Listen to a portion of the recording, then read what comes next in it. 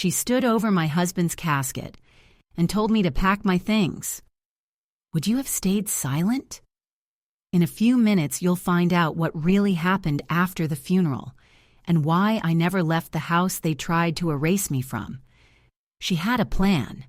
He looked away. Everyone expected me to grieve and disappear, but grief didn't break me. This is my story, and it's not what you think. Thank you for being here. Have you ever been told to stay quiet just to keep the peace? Have you ever felt your whole life slip in a room full of people who didn't notice? Say something below, even something small, a word, a city, a time. And if you'd like more stories like this, quiet but powerful, subscribe. They served chicken at the funeral, that dry, overbaked, tasteless kind that no one wants but everyone eats because grief makes people forget they have taste buds. I sat between two flower arrangements that smelled too sweet for the occasion, like someone tried to cover up the scent of loss with roses and baby's breath. I didn't eat, couldn't. My mouth was too full of silence. Across the long folding table, my daughter-in-law Romy leaned forward, not bothering to whisper. "Your husband's dead," she said. "Cry, pack, and leave." She said it like she was telling me my Uber had arrived, like I was a guest who'd overstayed her welcome. My hand froze around the plastic fork. Chicken juice, greasy and lukewarm, dripped onto the white paper plate. My son, Wade, cleared his throat and stared into his mashed potatoes like they might offer him a way out of this moment. I looked at him. He didn't meet my eyes. He just let it happen. I swallowed hard, the taste of betrayal sharper than anything on the table, but I didn't speak.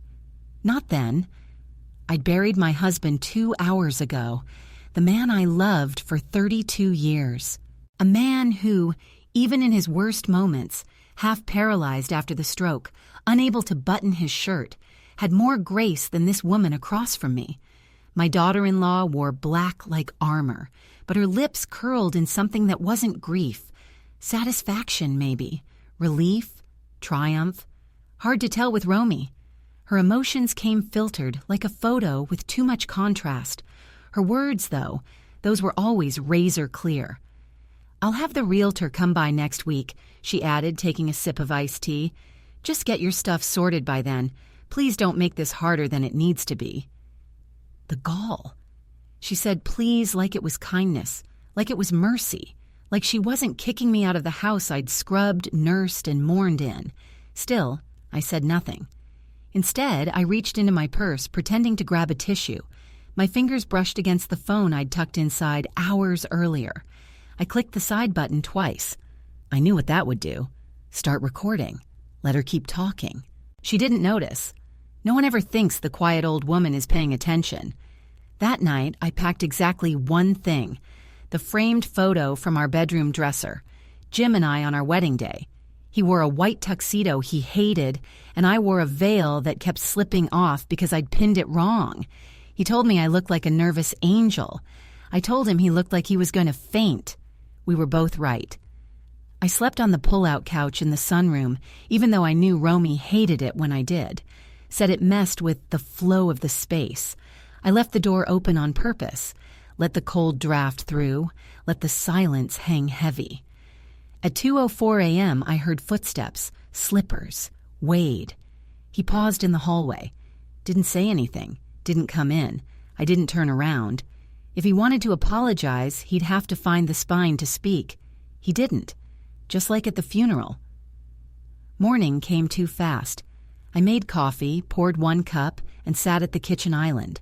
Romy walked in wearing workout leggings and an expression that screamed, "You're still here?" I sipped slowly, intentionally. "Bank opens in 20, I said. She blinked. "I'm sorry?" I said, "I'm going to the bank." I stood up, grabbed my keys. "Want me to pick you up anything while I'm out?" Her lips parted slightly. Shock, maybe, or confusion. Good. I walked out before she could find something cruel to say. I didn't cry, I didn't pack, I wasn't leaving, not yet. The bank smelled like disinfectant and old carpet, the kind of place where people whisper even when they don't need to. I hadn't been there in months. Jim always handled these things: bills, taxes, paperwork. He knew the names of the tellers. I barely knew how to print a statement, but he was gone. And now it was my name on the paperwork. "Ma'am, are you here for an appointment?" The woman behind the counter had that polite professional smile people wear when they don't think you'll understand what's happening. I straightened my back. "Yes, I'd like to speak to someone about our accounts. Joint. Me and my husband, James L. Avery. Deceased as of 3 days ago." Her smile flickered. "Of course. I'm sorry for your loss. Let me see who's available." She gestured toward a row of beige chairs. I sat, clutching my purse like a shield. I didn't fidget. I didn't cry. I waited. 15 minutes later, I was in a small office with fake plants and a real computer screen glowing with Jim's name. The man across the desk, Jason, looked no older than 30. He had kind eyes, though. Not pitying, just patient. "We're looking at 3 checking accounts," he said, clicking through tabs.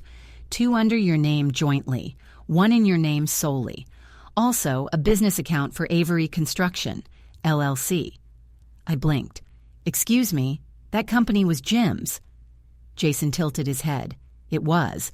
But according to this, it transferred to you last year. Full ownership, not just survivorship rights. Did he not mention it?" No, he hadn't. Not in words. But I remembered the envelope. 2 months ago. He'd handed it to me while we were sitting on the porch, his hand trembling from the meds. Told me, "If they ever try to shut you out, use this." At the time, I thought he was talking about our neighbors. Now I knew better. Jason continued, "The trust documents are here too.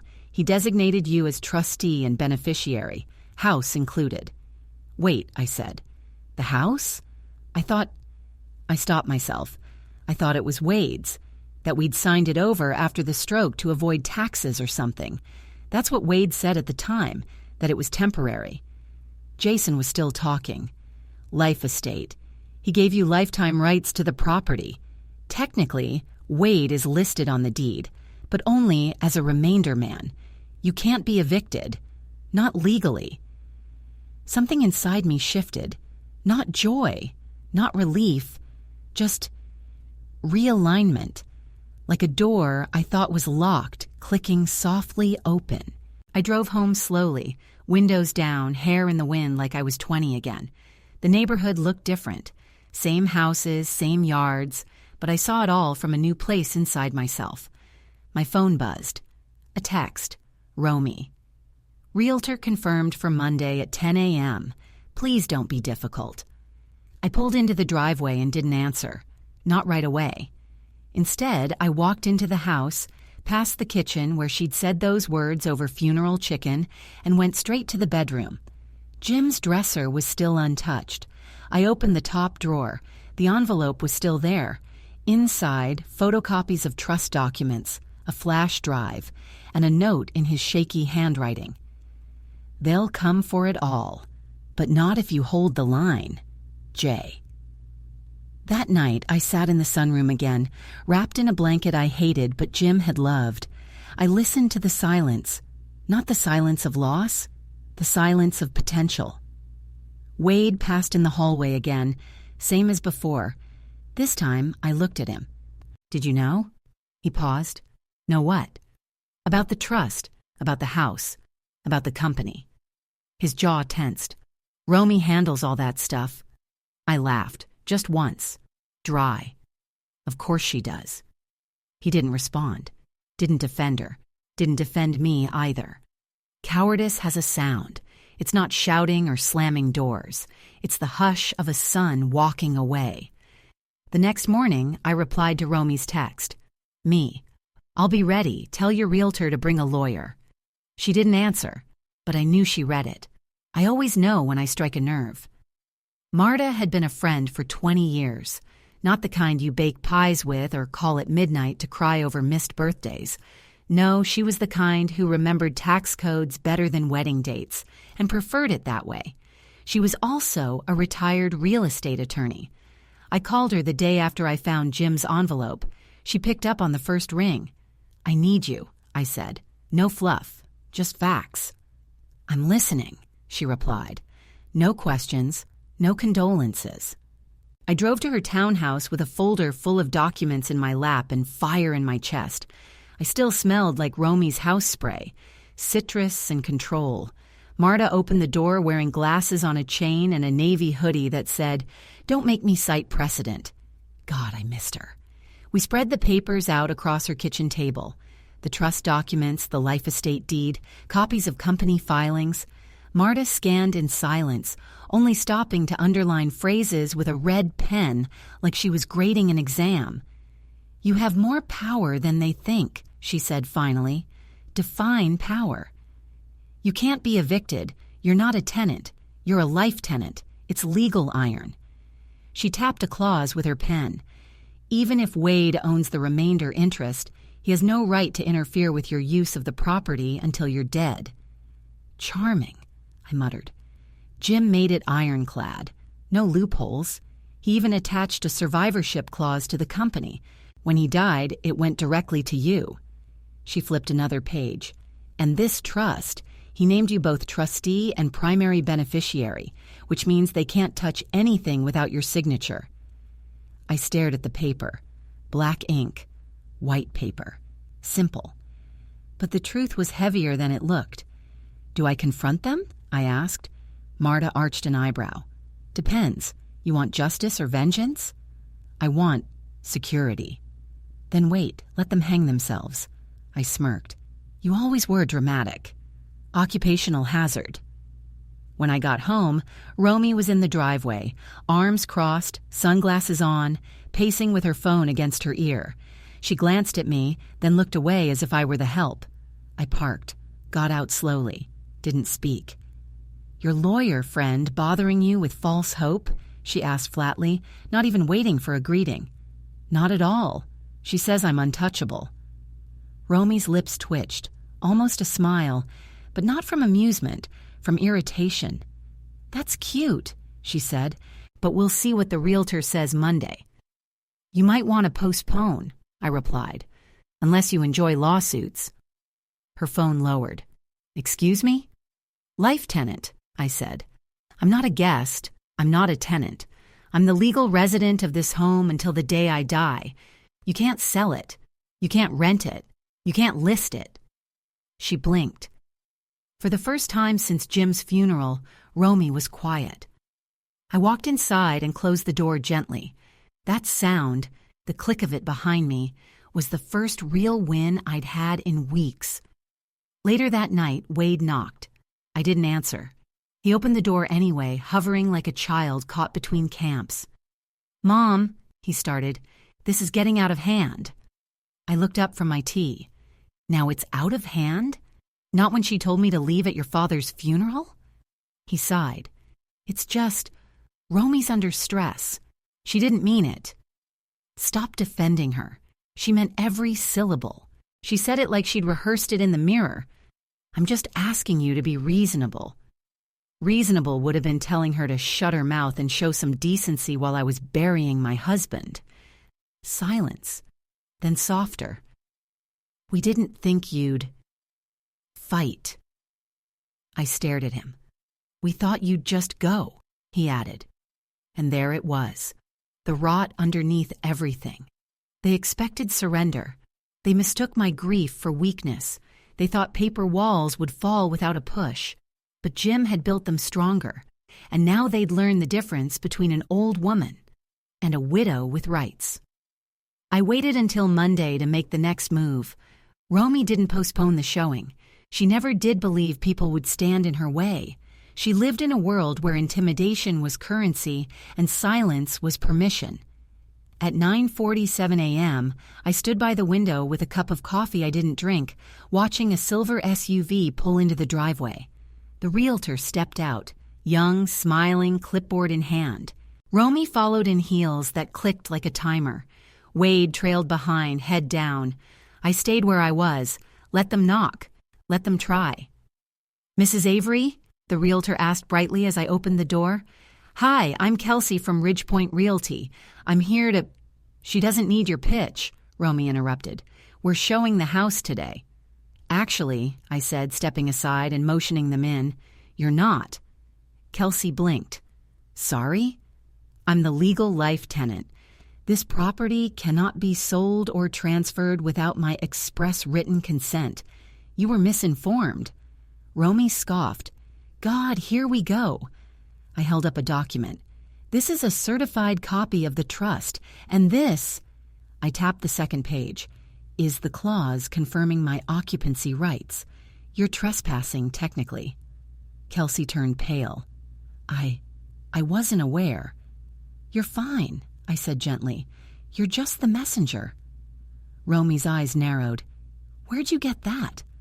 From my husband, who, it turns out, didn't trust either of you. Wade shifted uncomfortably. His mouth opened, but I wasn't finished. Oh, and by the way, I added, you might want to have a conversation with your husband about the $96,000 loan he took out from Avery Construction, the company I now own. Romy froze. Wade blanched. Kelsey took a step back toward the door, sensing the heat rising. That's a lie, Romy snapped. It's in the books, I said calmly. Loan documented, funds disbursed directly to Wade Avery, unsecured, due upon ownership transition, which has now occurred. You can't possibly enforce that. Oh, I can, but don't worry, I haven't, yet. She lunged forward. This is extortion. No, I said softly. This is bookkeeping. Wade finally spoke. It was for our kitchen remodel, he said weakly. Dad said it didn't need to be repaid. I raised an eyebrow. Did he say that in writing? Silence. Did he sign anything that said it was a gift? More silence. That's what I thought. They left without a word. No showing, no tour. Just the sound of heels clicking twice as fast on the way out. That night, I found Wade in the garage, sitting on an overturned storage bin, shoulders hunched. He looked like a boy again.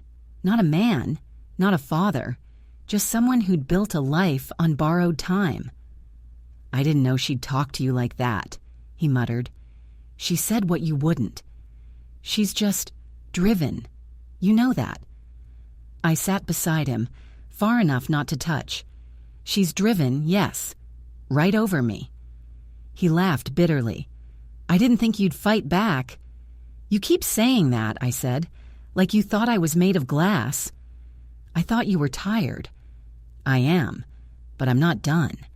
He rubbed his face. She wants this house. She doesn't get it. It's not about the property, he said suddenly. It's about proving she controls the narrative. I turned to look at him, and for the first time I saw the truth. Not malice, but surrender. He'd given Romy the wheel long ago. Now he just sat in the passenger seat, hoping not to crash. You know I can sue you, I said gently. I know. I don't want to, but I will. I know that too. He left the garage in silence. I stayed. The air smelled like old paint and sawdust, Jim's things, half packed, half forgotten. I ran a hand across the workbench, felt the groove where he carved his initials, and under them, mine. JLA plus May carved 23 years ago, a marriage etched in oak, now defended with law. The first time I met Romy, she didn't shake my hand. She smiled, tight-lipped, calculated, and offered a nod instead. She was wearing red lipstick and a black blazer, though it was 90 degrees in July. She looked like a resume come to life. Wade stood beside her, awkward and proud, like a boy who'd brought home a trophy he didn't know how to keep. She's beautiful, I'd said. Thank you, Romy replied before Wade could speak. She didn't say it like she accepted a compliment. She said it like she agreed. We had dinner on the back patio. Jim grilled steak. I made salad and peach cobbler. Romy picked at the salad and passed on dessert. Told me sugar was a form of social control. Jim laughed. I didn't. Wade talked about law school. Romy talked about networking. They talked like they were already 5 steps ahead of where they were. I said nothing when she corrected Wade's story mid-sentence. I said nothing when she rolled her eyes at Jim's jokes. But later, as I washed dishes alone in the kitchen, Jim came up behind me and said, "You don't like her." I didn't look up. "She doesn't like me." He kissed my shoulder. "She doesn't know you yet. She doesn't care to." He was quiet for a long time. Then, "Don't turn this into a competition. She's the one keeping score." I never told Wade about that conversation. Some things a mother swallows so her son doesn't choke. Now, standing in the same kitchen years later, I could still hear the ghost of that night. Same walls, same faucet, different war. I'd left a fresh stack of legal notices on the table, copies of the trust, the business papers, the life estate deed. I wanted them to see I wasn't bluffing. Romy walked in first. No knock, no eye contact. She moved like the house already hated her. "I'm calling my attorney," she said coldly. "You should," I replied. "She'll explain everything I've already told you." Her eyes locked on mine, cold, daring me to flinch. "I've put 10 years into this family," she hissed. 10 years cleaning up after your son's messes, doing things you never had the spine to do." "Like what?" I asked. "Making him a man." I smiled. "Is that what you think this is? Manhood?" She stepped closer. "You're just bitter, because he chose me." "I'm not bitter," I said calmly. "I'm tired of being erased." She laughed once, sharp and humorless. "You should have left when Jim died. It would have been easier, cleaner." "For who?" "For everyone." I tilted my head. "You mean for you?" She said nothing. The silence stretched between us like barbed wire. Then she turned and walked out, slamming the door hard enough to rattle the glass. I stood there for a while, breathing. She'd finally shown her cards. It wasn't about the house. It wasn't even about Wade. It was about erasure, power, territory. To Romy, I was a threat because I refused to disappear, because I still had a name and a key and a claim. That night, I opened a new folder on Jim's old laptop, named it Evidence. Inside it, I dropped the audio from the funeral, the text thread with Romy, the loan documents with Wade's signature, a photo of the carved initials in the garage I didn't know if I'd need it, but I knew I'd have it. I wasn't building a case. I was building a defense, because Romy might fight with words, but I had proof. They didn't tell me they were coming. Of course they didn't. That's how Romy operates, through surprise and spectacle. If she couldn't bulldoze me with legality, she'd try optics, sell the illusion of progress, of control, of ownership. At 8:32 a.m., I heard the SUV doors slam. By 8:35, I watched through the upstairs window as a blonde woman in heels began unloading camera gear from the trunk. A second woman followed behind her, clipboard, blazer, sunglasses on indoors, Romy's hired guns. Wade wasn't with them. That made sense. He never showed up for the messy parts. I let them in. I didn't say hello, didn't ask questions, just opened the door with one hand and held my phone in the other, recording again. The woman with the clipboard gave me the standard chirpy pitch. "Hi there. I'm Danny from Ridgepoint Home Media. We're just here to do a quick photo set and a 3D walkthrough. Super fast, super simple." I smiled. "I'm sure you are." Behind her, Romy strutted in with her arms crossed. "This'll only take 30 minutes. Please try to stay out of frame." "Of course," I said. "But before you get started," I reached into the side table drawer and pulled out a bright red folder. "Here's the cease and desist order drafted by my attorney," I said. "Filed yesterday. I printed 2 copies, one for each of you." The photographer looked stunned. Danny blinked. Romy didn't move.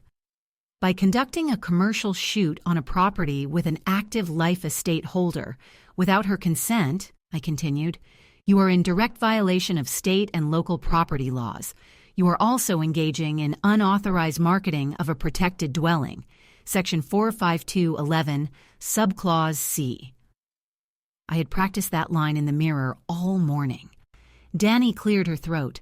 Wait, I was told this home was being listed by the owner. I am the owner, I said. Romy stepped forward, voice tight. She's not the owner. She just has occupancy rights, which legally bar you from selling, photographing, marketing, or even altering the property without my explicit notarized approval, I snapped. I looked right at Danny. You want to risk your license for a 30-minute shoot? Danny took 2 careful steps back.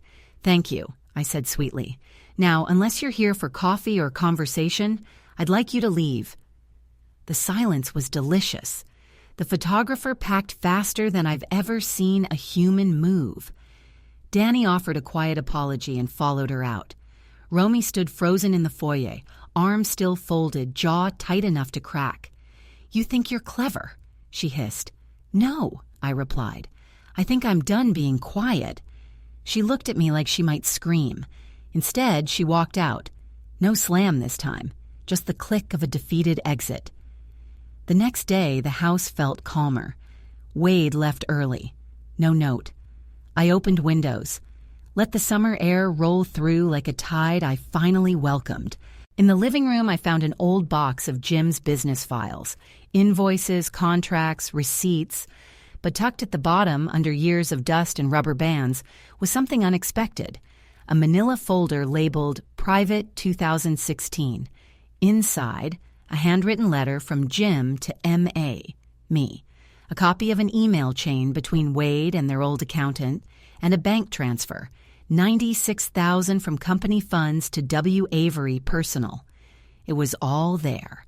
More than I'd already found. The email subject line? Let's just keep this between us.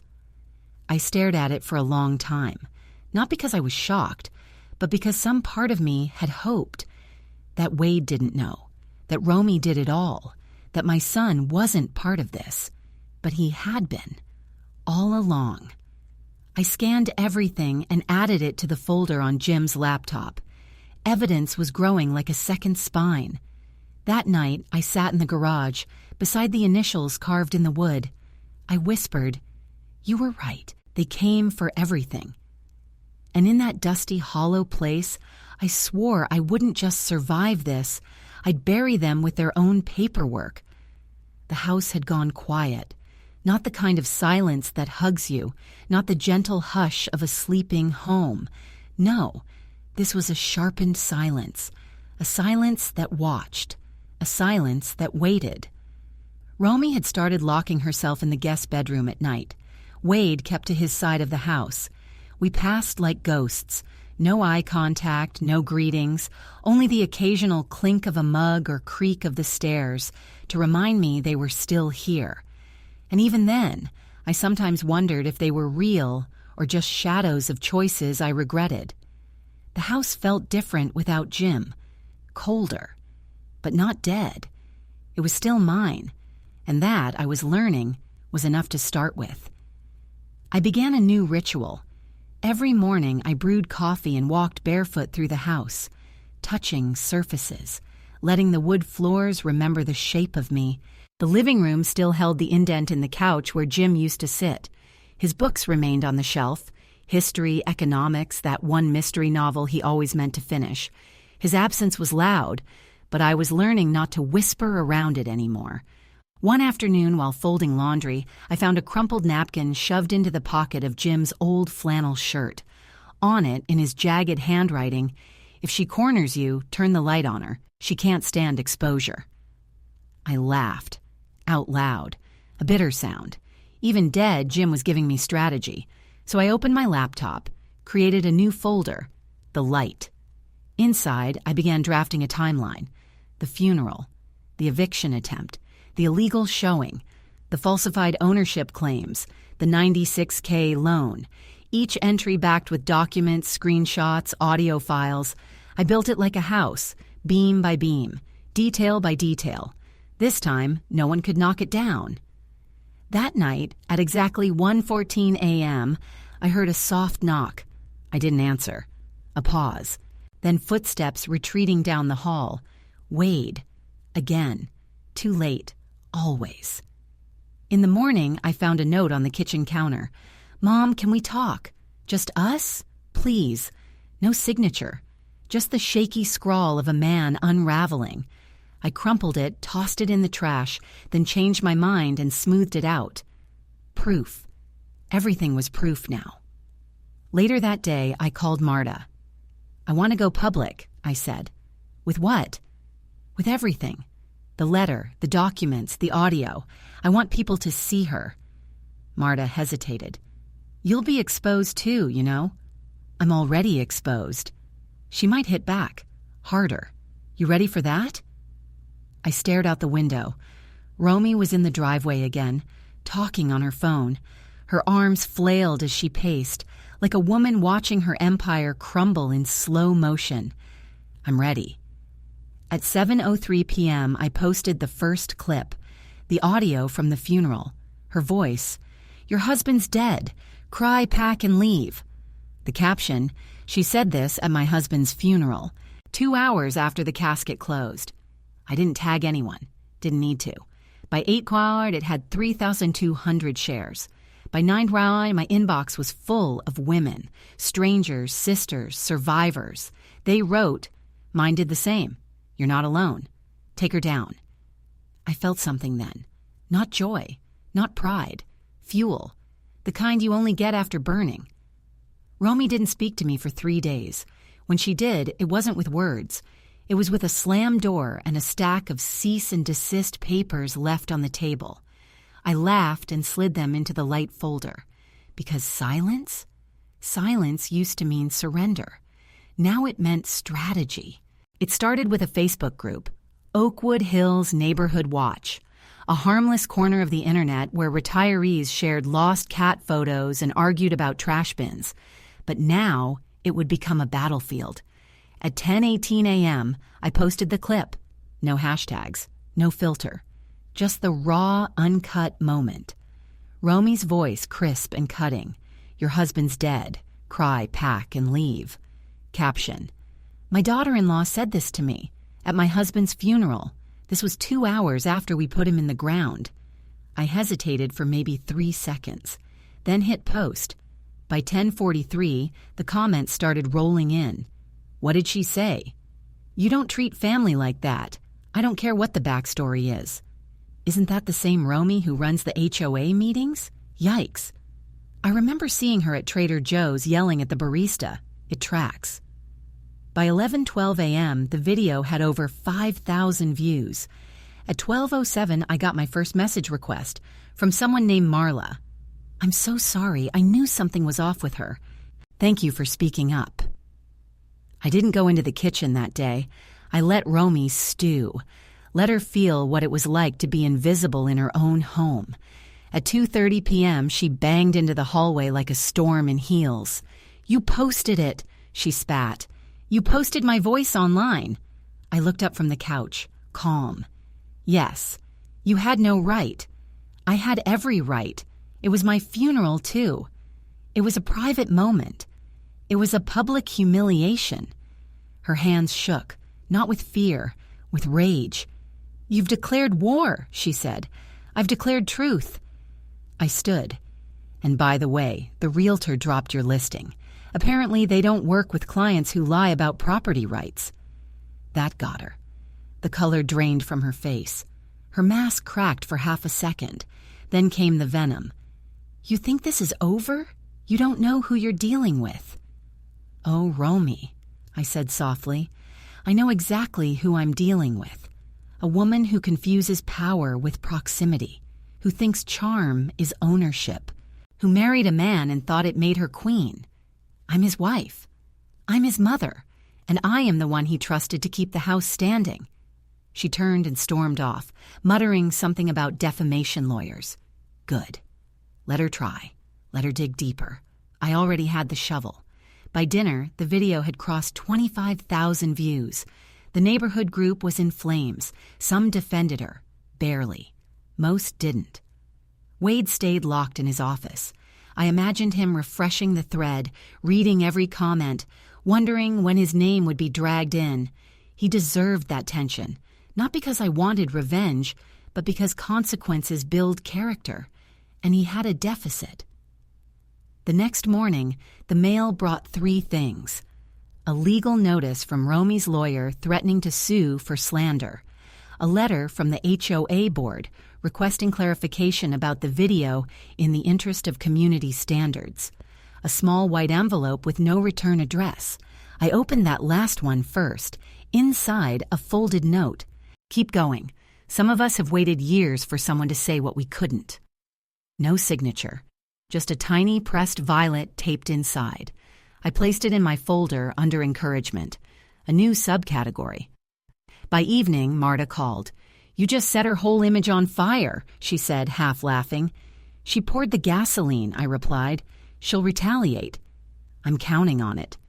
"She might try legal action." "Let her. She'll want to drag Wade in." I paused.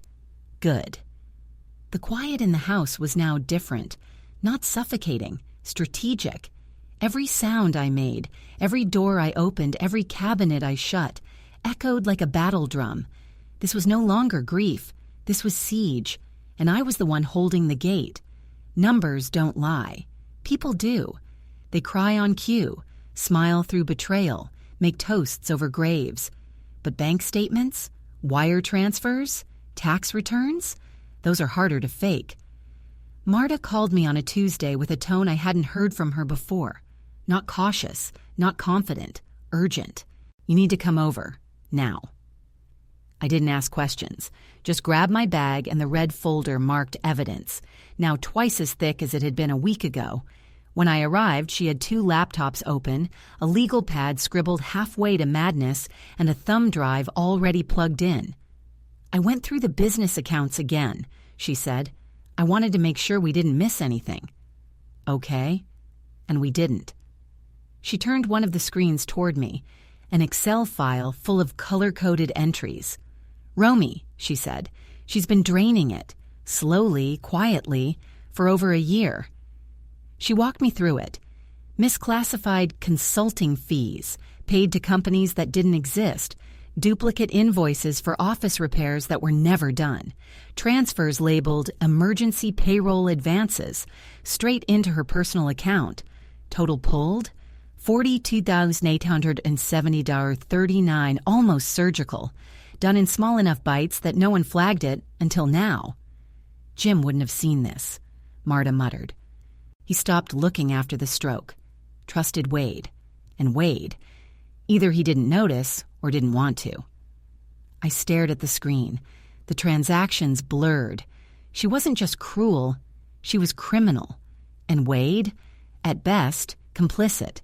At worst, co-conspirator. I drove home in silence, the kind of silence that builds inside your lungs until you wonder if you're breathing at all. In the driveway, I sat for 5 full minutes with the engine running. I had choices now. I could take it to the police. I could file charges. I could ruin them both. And still, some rusted maternal gear inside me whispered, "Don't." But then I pictured Romy's face at the funeral, smiling like she'd already won.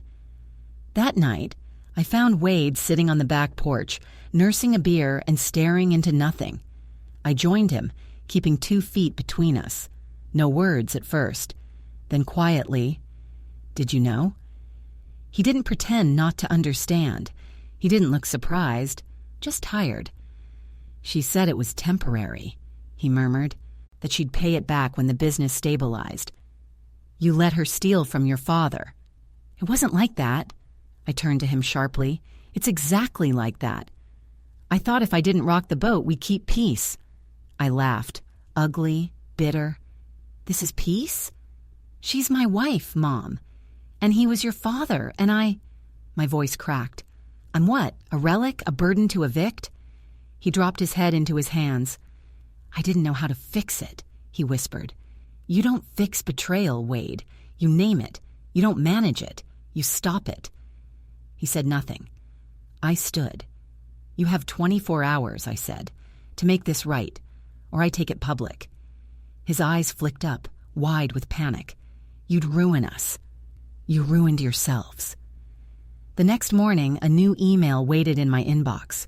From Wade Avery. Subject, transfer logs. Attachment, full confession letter, signed and time-stamped.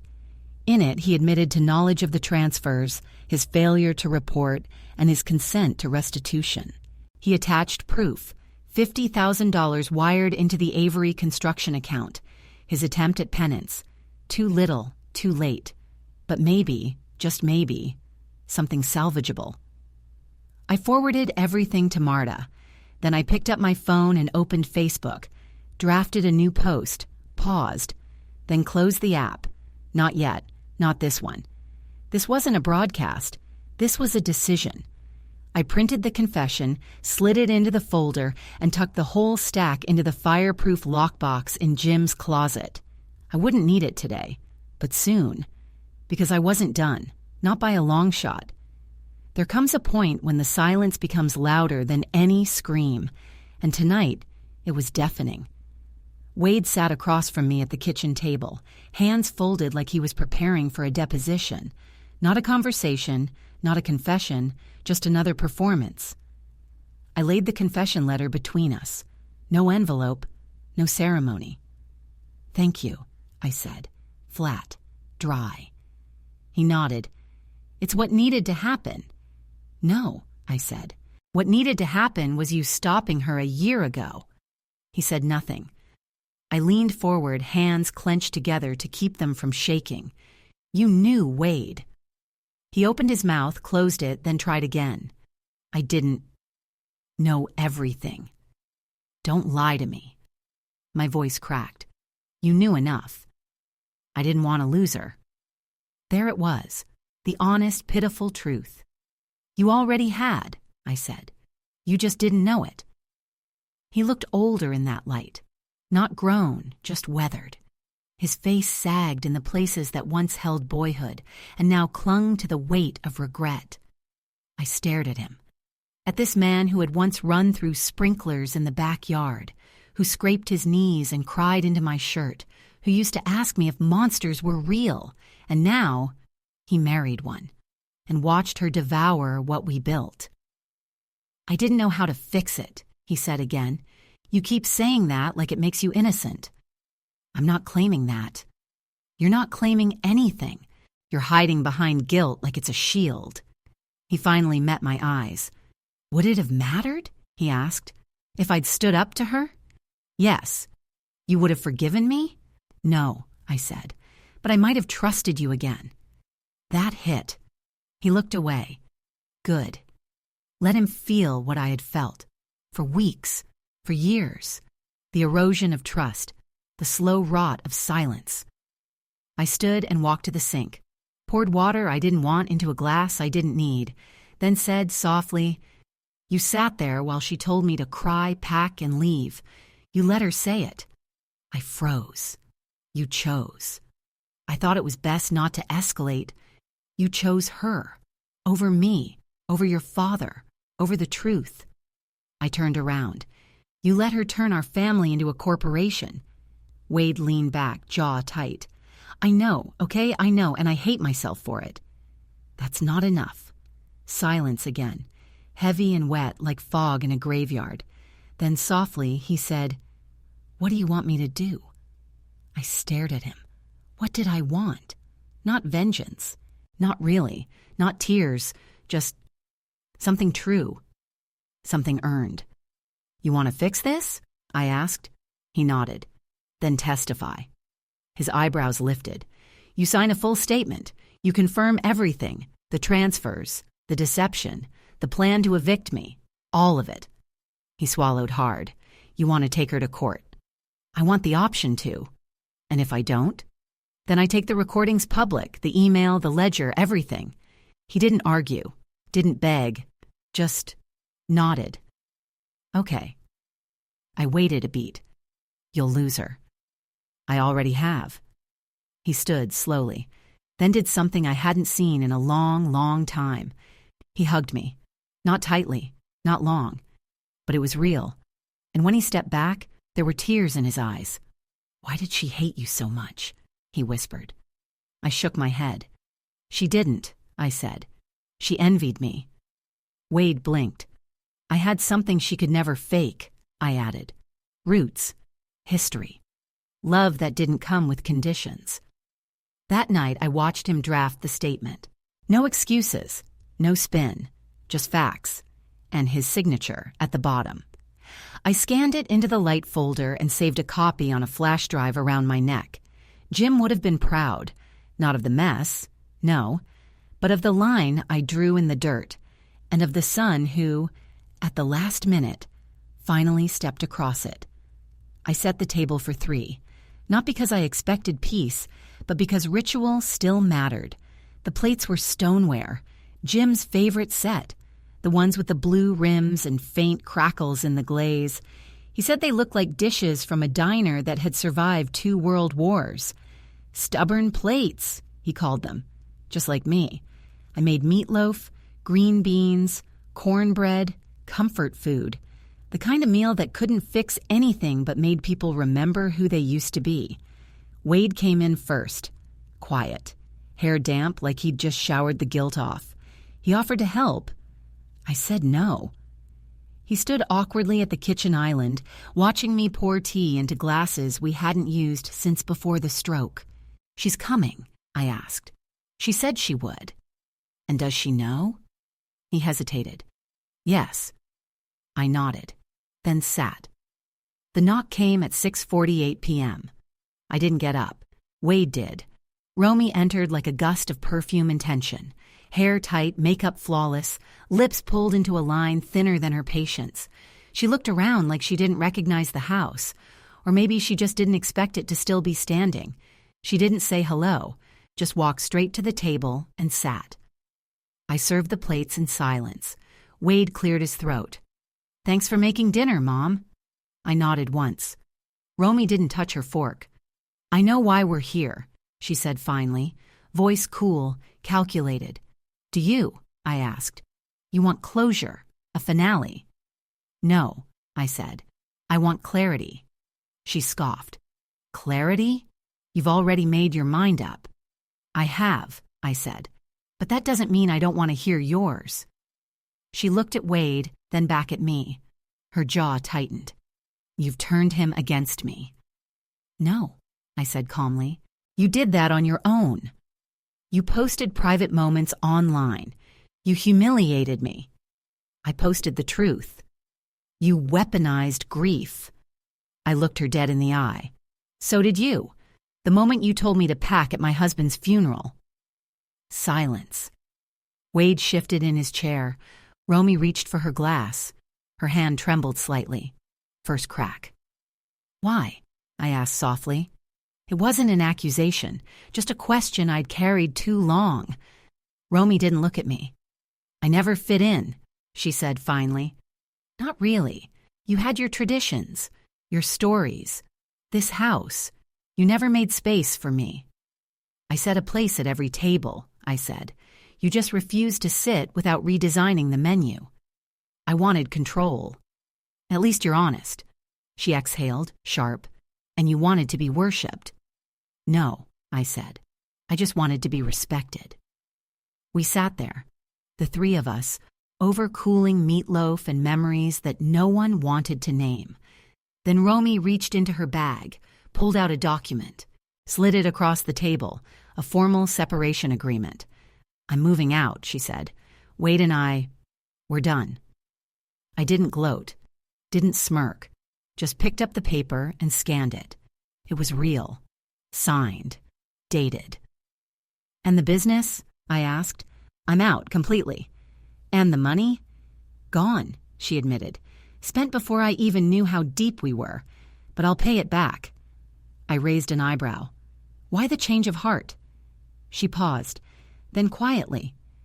Because I've been exposed, and I don't want to be destroyed.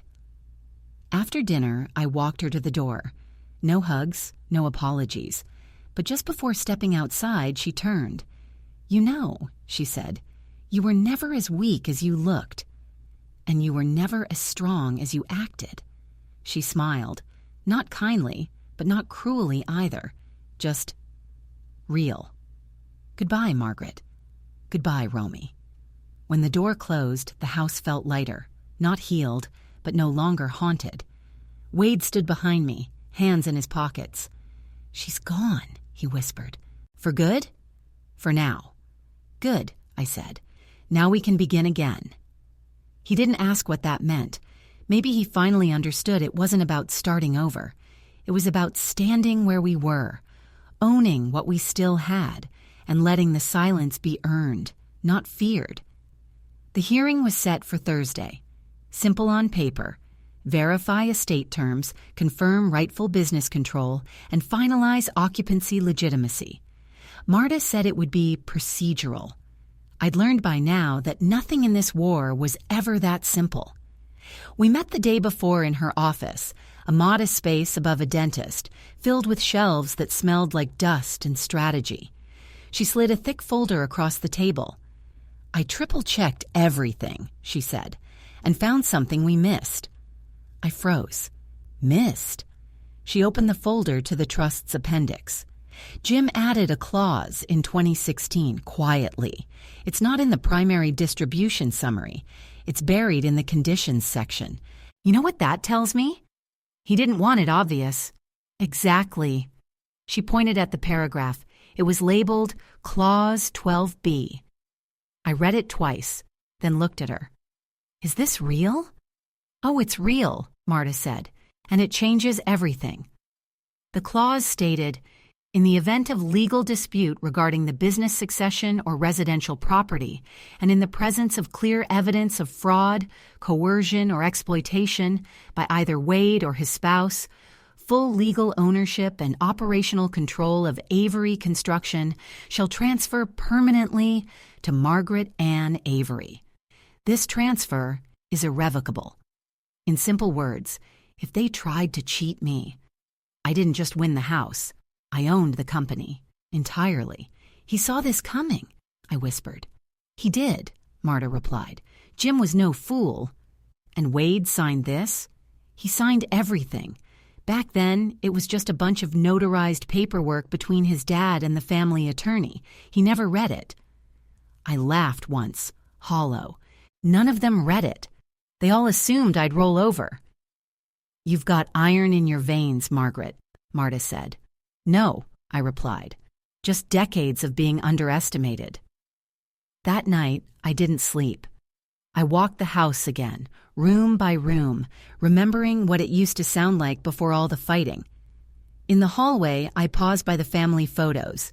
Wade's kindergarten graduation, Jim's company picnic, a younger version of me in a flowered dress, holding a cake I'd spent all day baking. None of us knew what we were walking toward. None of us imagined courts, lawyers, betrayal. And yet, here we were. In the morning, I dressed with purpose. Navy blouse, black trousers, small silver cross Jim gave me when we first opened the business. When I walked into the courthouse, Romy wasn't there. Wade was. He stood when I entered. Not out of habit, out of respect. He didn't speak, didn't need to. His face said enough. Inside, the hearing went fast. The judge reviewed the documents, confirmed my rights. Then Marta passed the file with Clause 12B. The judge skimmed, frowned, reread. "Is the opposing party aware of this clause?" she asked. Marta nodded. "They signed it. It's enforceable." The judge turned to me. "Do you wish to activate it?" I looked at Wade. His eyes didn't flinch. "Yes," I said. "I do." The gavel fell like thunder in a tomb. "All operational and legal rights to Avery Construction are hereby granted solely to Margaret Ann Avery, effective immediately." That was it. Years of work, months of hell, all in 3 sentences and 1 slam of wood. When we walked out, Wade was waiting. "I won't fight it," he said quietly. "I know. I deserve worse." "You don't get to choose what you deserve," I replied, "but you do get to rebuild." He nodded, then looked at me. Really looked. "I'm sorry." I didn't say, "It's okay." It wasn't. But I did say, "Thank you." Because sometimes, mercy isn't forgiveness. It's allowing someone to start again without dragging their shame behind them. That evening, I returned home. Home. Not the property, not the disputed residence, just home. I stood in the doorway for a full minute before closing it behind me. This time, the click wasn't a defense. It was a punctuation mark. In the garage, I opened Jim's old toolbox. At the bottom, folded in wax paper, was his wedding watch. I thought it was lost. Inside the case, a note. For when it's finally yours. No signature. Just his initials. Just the man who saw it all coming. There's a difference between being seen and being heard. For weeks, people had seen my posts, my clips, my glimpses of truth. But now, it was time for the whole story. Not fragments, not rage in 30-second bursts. The full war, the lies, the power plays, the silence that tried to erase me. I called up a friend from church, Elise, who volunteered at a local news station, small town, regional channel, but real reporters. She answered on the second ring. "I've been waiting for this call," she said. 2 days later, we sat in her studio. She asked questions gently. I answered sharply, not with venom, with precision. I didn't cry, I didn't yell. I explained. I told them about Romy, about Wade, about the funeral, the loan, the forged documents, the attempt to sell my home out from under me. I handed over flash drives labeled Evidence, The Light, Confession. They aired the segment that night at 6 Brain. By 6:15, the station's website crashed. The clip traveled fast. Women in Kentucky, in Oregon, in North Dakota, DMs poured in. Some said, "Thank you for your courage." Others said, "This is my story too." But the one that gutted me came from a woman in Texas. "My daughter married someone like your Romy. I didn't fight back. I lost everything. You gave me hope that next time I won't." I uploaded the full archive to a public Dropbox, labeled it, "How to Keep Your Name." Inside were audio recordings, screenshots of text messages, legal filings, the trust documents, the confession letter I didn't redact, didn't blur, didn't soften. This wasn't revenge. This was preservation. Then came the invitations, podcasts, panels, women's legal forums. One woman from Vermont asked to use my folder as training material for women's support groups. I said yes, of course. What else would I do with the scars? They weren't just mine anymore. Back in town, things shifted. Subtle things. The cashier at the hardware store called me Ms. Avery with a little more weight in her tone. The barista left an extra note on my cup. "You're the woman from Channel 7, right? I told my mom about you."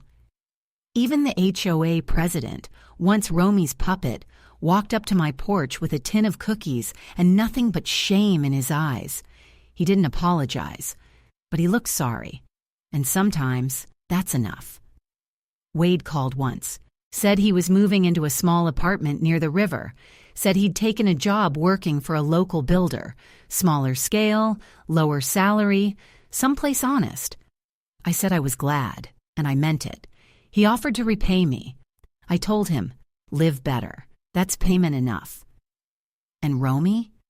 Gone. Not just from the house, from the entire state. Someone said they saw her in Scottsdale, Arizona, trying to rebrand herself as a female leadership coach. I laughed. Quiet, tired laughter. She was still trying to sell something. But now, people could Google her name. They'd find me instead. That Sunday, I stood in the garden and pulled weeds. It was sunny. The soil warm under my gloves.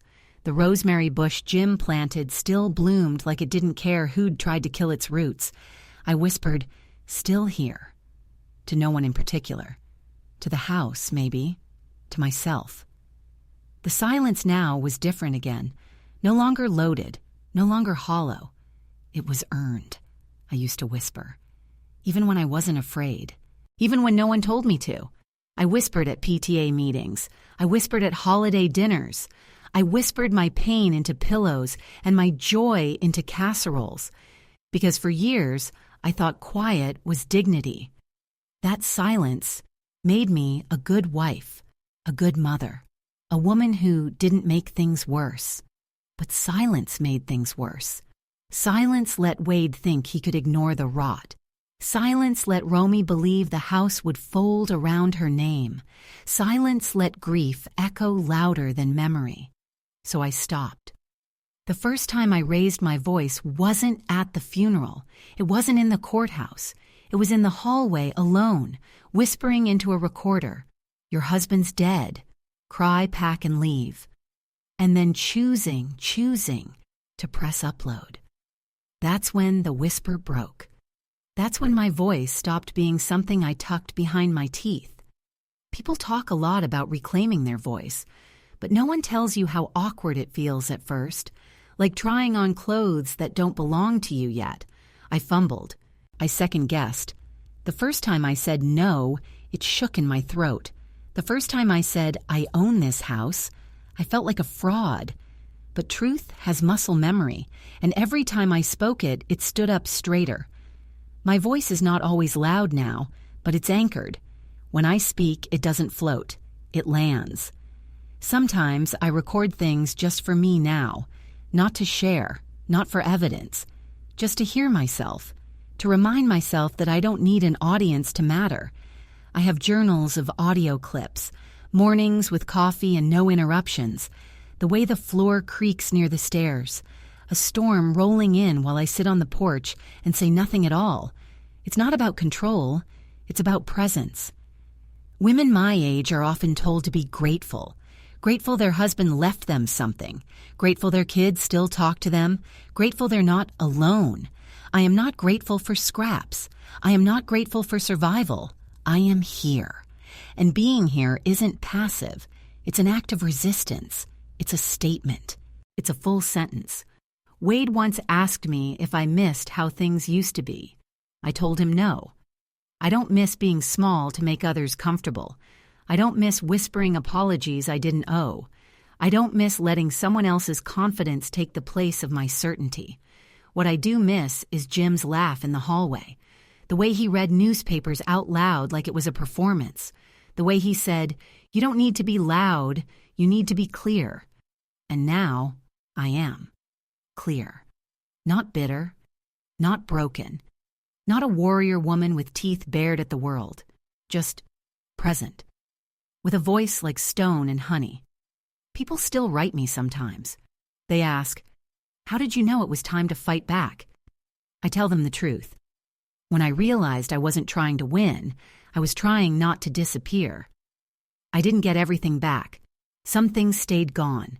Some relationships never returned. Some parts of me too. But what I found in the wreckage was better than restoration. I found my voice, and now it speaks like this.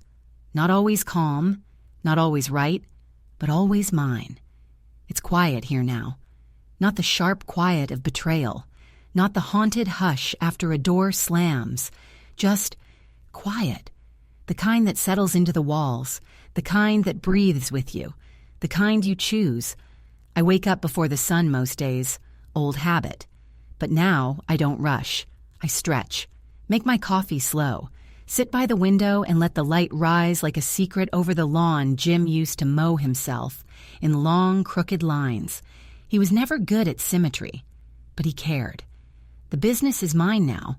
I don't run it. I handed day to day to Marta's son. Smart, honest, young enough to see the future, old enough to respect the past. I kept the name. Avery Construction. Not for legacy, not for pride, but because I wanted something that said, "We endured." Wade comes by on Sundays, not every week, sometimes just for 20 minutes. He brings pastries from that bakery on Elm, fixes little things I pretend I can't reach. We don't talk about Romy. We talk about weather, about renovations, about how quiet his apartment is, about the dog he's thinking of getting, and that's enough. He hugs me now, genuinely, like a son who learned where the center of gravity really is. Some nights I sit on the back porch with a glass of wine, same place Jim used to sit with his beer and his newspaper. The porch creaks the same way it did when he built it. The wind still smells like rosemary and sawdust. I talk to him sometimes, not out loud, just enough that the silence seems a little less alone. I never sold the wedding dishes, never changed the locks. I did repaint the front room, soft gray, peaceful, mine. I donated Romy's office chair, threw away her planner, her Post-its, her little gold boss lady mug. I kept one thing, though, a notebook she left in the guest room. On the first page, inventory, what I deserve. It's empty. I didn't throw it away. I tucked it in a drawer, not to spite her. Just to remind myself that wanting doesn't mean earning. A reporter called last week, wanted to write a follow-up. Margaret Avery, the woman who refused to leave. I said no. I've told my story. Now I'm living it. Sometimes people still message me. They call me strong, brave, resilient. I say thank you. But what I really want to say is, I'm just here. Still. And sometimes that's the strongest thing anyone can be. He left me the house, not just in paper and law, but in scent, in memories, in every uneven floorboard and rusted hinge and sun-faded photo nailed into the hallway wall. He left me the house, and I stayed. Not because I had nowhere else to go, but because this was the place they tried to erase me from, and I refused. I kept the keys, I kept my name, and I kept the door open, just wide enough to let light in, just narrow enough to keep the storm out. That's the ending, I guess. No fireworks, no victory speech, no final blow, just a woman in a house, still breathing. And the house, it's quiet, but not silent. It hums now, like something alive, something that remembers, something that knows. She didn't leave, and she never will. If you're still with me and this story meant something to you, subscribe. There's more to come.